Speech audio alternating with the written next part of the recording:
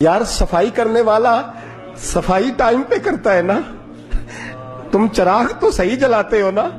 مجھے بتاؤ آنے والوں، یہ تو بتاؤ شہر مدینہ کیسا ہے، اور سر ان کے قدموں میں رکھ کر جھک کر جینا کیسا ہے.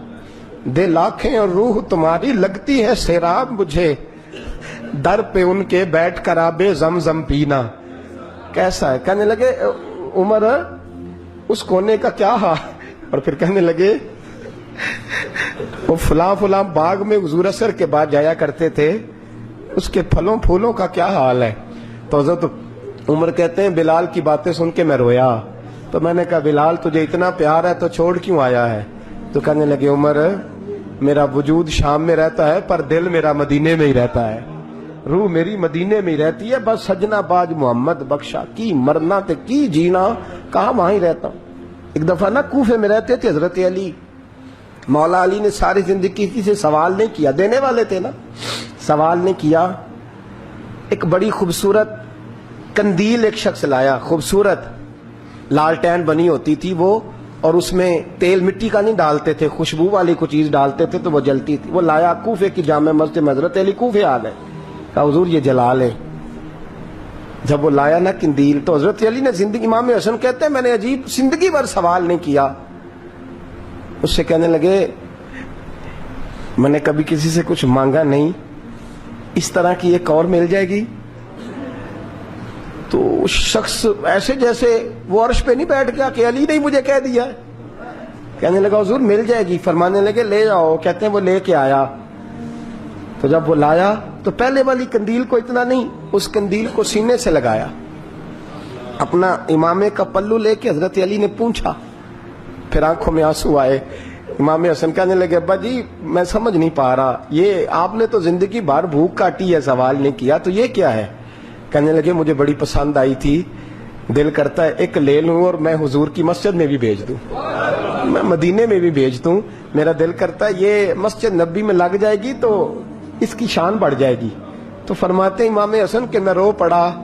میں نے کہا حضور مجھے سمجھ آ گئی ہے، رہتے آپ کوفے میں ہے پر دل آپ کا مدینے میں ہی بستا ہے، وجود یہاں ہے پر روح آپ کی.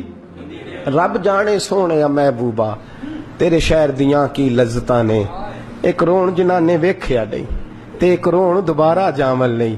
میرے اعلیٰ حضرت فاضل بریلوی رحمت اللہ علیہ فرماتے ہیں حرم کی مدینے کے خطے خدا تجھ کو رکھے، مدینے کے خطے خدا تجھ کو رکھے، غریبوں فقیروں کے ٹھہرانے والے.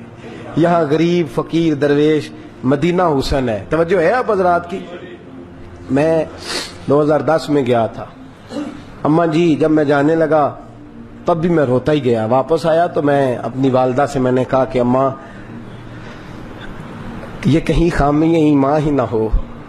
میں مدینے سے پلٹ آیا، میں بڑا تڑپا. میں نے کہا اماں جی وہ جانے کی جگہ تو ہے پر دوبارہ آنے کی جگہ نہیں، وہاں سے دوبارہ آنا نہیں چاہیے. وہاں سے سب سے مشکل مرحلہ مدینے سے لوٹنا ہے، آنا نہیں چاہیے. تو میری اماں مجھے کہنے لگی اللہ تجھے بار بار بلائے گا، دعا کرنی چاہیے، رونا نہیں چاہیے. بزرگوں کا درویشوں والا جو انداز تھا.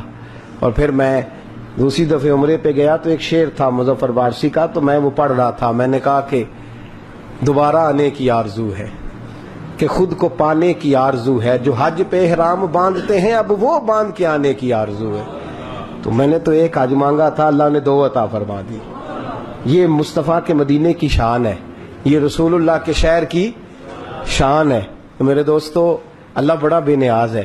وہ میرے جیسے لوگ، میرے جیسے، سچی بات ہے، میرے جیسے لوگ اس کا، میں کبھی بھی مدینہ منورہ میں حاضر ہو کے لوگ اور باتیں سوچتے رہتے ہیں اور میں مسجد میں بیٹھا ہوتا ہوں. تو میں جب پہلی دفعہ گیا تھا تو ایک بی بی بیٹھی تھی، سادی سی عورت، رات کو تو اپنا زبان یار من ترکی بگویم پنجابی میں وہ بات کر رہی تھی. تو وہ جملے اس کے مجھے یاد رہتے ہیں جب میں مدینے جاتا ہوں. سادی بی بی جنت البقیع کے باہر بیٹھی تو بوڑھی اماں سادے سے کپڑے، تو شعر پڑھ رہی تھی. وہ کیا شعر تھا اس کا، کوئی وہ اس پہ شاعرانہ ردیف کافی یہ پورے نہیں اترتے. لوگ کہیں گے یہ مصرع شاید لحاظ سے ٹھیک نہیں ہے سند کے لحاظ سے، لیکن اس کا انداز تھا نا تو تھا بڑا با کمال. وہ وہاں بیٹھی پتہ کیا کہہ رہی ہے، ویکھو نہیں ویکھو کہ ڈے کرم کمائے سوں لوگ کہیں گے ردیف کافیے کے لحاظ سے شاید ٹھیک نہیں، لیکن اس کی فکر کتنی ٹھیک ہے، سوچ کتنی ٹھیک ہے. کہتی ویکھو نہیں ویکھو کڈے کرم کمائے سوں، میرے جے گندے مندے در تے بلائے سوں. ویکھو ویکھو نہیں ویکھو ویکھو اب ویکھو نہیں ویکھو کڈے کرم کمائے سوں، میرے جے گندے مندے در تے. تو وہ جملہ ایسے حرم شریف میں ایسے فٹ آتا ہے میرے جیسے لوگوں پر. کہتی ویکھو نہیں ویکھو میرے جے گندے مندے بھی در تے ملائے سوں، حرم کی زمین اور قدم رکھ کے چلنا. ارے سر کا موقع ہے ہو جانے والے.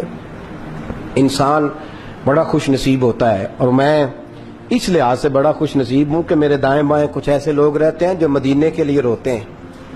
میں اس لحاظ سے بڑا خوش نصیب ہوں کہ میری مسجد میں ایسے لوگ جمعہ پڑھنے آتے ہیں جن کی آنکھوں پہ مدینے کے نام پہ آنسو آ جاتے ہیں. میں بڑا خوش نصیب ہوں، اور میں جانتا ہوں آپ حضرات کو میں دیکھتا رہتا ہوں، ایسے ڈھیروں لوگ ہیں جو حضور سید عالم صلی اللہ علیہ وسلم کے مدینے ذکر تھا آخری مہینے کا تو تذکرہ چھڑ گیا مدینے کا. آج یو مصطفیٰ سے کہہ دینا غم کے مارے سلام کہہ. میں اس لحاظ سے خوش نصیب ہوں. اس دفعہ بھی نوجوانوں نے تیاری کی، نوجوانوں نے، اور دیکھتے ہی دیکھتے 26-27 لوگ. اور خوش نصیبی کی عادت ہے کہ جوانوں کا قافلہ جنہیں اتنی جلدی شوق پیدا نہیں ہوتا اور تڑپ کر کے تیار ہوئے، رو کر کے تیار ہوئے. میں نے کہا میں خوش نصیب ہوں. ابھی جانا ہے ہم نے انشاءاللہ، پیر والے دن ہم قافلے کے ساتھ حاضری دیں گے مدینہ شریف. پیر کو انشاءاللہ تعالی ابھی جانا ہے. اور معراج شریف کی رات جلسہ کر کے میں اندر گیا تو میرا ایک عزیز میرے گلے رکھ کے تڑپ کے رویا. تو میں نے کہا تجھے کیا ہے؟ کہتا حضور 14 دن تھوڑے نے، 14 دن تھوڑے نے تو پتہ ہی نہیں چلے گا، کوئی سبب لگ جائے. تو میں نے کہا یار تو چل صحیح، جنہیں بلایا ہے وہ اسباب بھی پیدا فرمائیں گے، پیر کو انشاءاللہ روانگی ہوگی. 2 جمعے میں یہاں موجود نہیں ہوں گا. میں چونکہ آپ سے مخاطب رہتا ہوں، کرتا ہوں کئی جگہ غلطیاں، مجھے احساس ہوتا ہے. کئی دفعہ ایسی باتیں کرتا ہوں جو میں سمجھتا ہوں شاید بعض لوگوں کے لیے، لیکن اللہ جانتا ہے میری نیت اس میں خیر کی اور اصلاح کی ہوتی ہے. پھر بھی کبھی کسی کو کوئی جملہ برا لگ جائے، یا کوئی ایسا شخص جس کو کبھی، اور بالخصوص وہ لوگ جو میرے ساتھ زیادہ وقت گزارتے ہیں رہتے ہیں. میں بلڈ پریشر کا مریض ہوں تو کسی وقت جلال بھی مجھے آتا ہے. ان سے میری بالخصوص گزارش ہے کہ مجھے نا ساتھ ہی درگزر کر دیا کریں، ساتھ ہی مجھ سے درگزر کیا کریں. میں واقعی درگزر والا شخص ہوں. آپ سب حضرات سے بھی اپیل ہے کہ مجھے سچ مچ درگزر کر کے بھیجیے گا، تاکہ میں جب وہاں جاؤں تو اپنی معافی سمیٹ کر کے واپس آؤں. ہم انشاءاللہ تقریباً 27 لوگ جائیں گے. 27 لوگ بتایا نہیں، چند لوگوں تک بات تھی. مجھے نہیں خبر تھی کہ یہ اتنی جلدی اتنا قافلہ. اور پھر ابھی بہت سارے ساتھی ایسے ہیں، ہم سے غلطی ہو گئی، ہم بتا نہ سکے، ورنہ لگتا تھا یہ قافلہ جو ہے وہ بہت زیادہ بڑا ہو جاتا. انشاءاللہ آئندہ ہم بتایا کریں گے آپ حضرات کو کہ ہمارا عمرے کا ارادہ ہے. آپ لوگ دعا فرمائیے گا. 2 جمعے آپ نے تشریف لانا ہے، یہ آپ کا ادارہ ہے. آپ سچ مچ یہاں آتے ہیں، آپ کا ادارہ ہے. آپ 2 جمعے آئیں گے، یہاں بیان سنیں گے، آپ یہاں نماز جمعے کی ادا کریں گے. اور شب برات کو میں یہاں موجود نہیں ہوں گا، لیکن جس جگہ میں موجود ہوں گا وہاں بیٹھ کر جو پہلی دعا ہوگی وہ آپ حضرات کے لیے ہوگی. تو آپ لوگ یہاں تشریف لائیں گے، شریک ہوں گے. اور میں نے آج وہاں بھی دوستوں سے کہا ہے اور یہاں بھی کہتا ہوں، جو ساتھ والے ہیں وہ تو ساتھ والے ہی ہیں.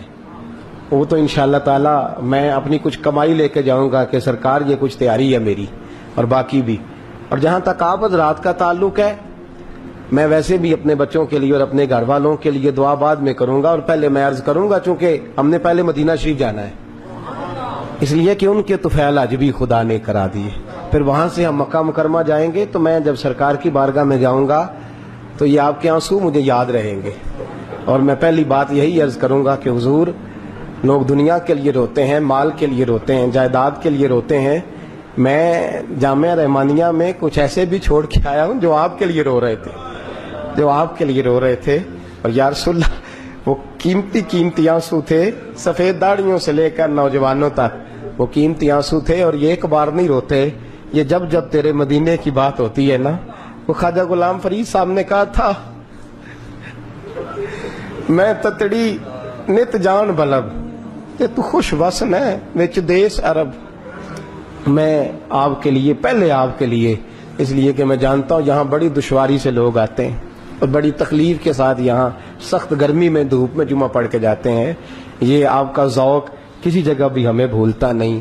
حرم مدینہ میں بھی پہلی دعا آپ کے لیے ہے اور حرم کعبہ میں بھی پہلی دعا آپ کے لیے ہے. بس یہ دعا فرمائیے گا کہ ویکھو نہیں ویکھو کڈے کرم کمائے سو میرے جے مندے چنگے در تے بلائے سو. خدا آپ کو قیامت کی صبح تک آباد فرمائے. آخر دعویٰ الحمدللہ رب العالمین.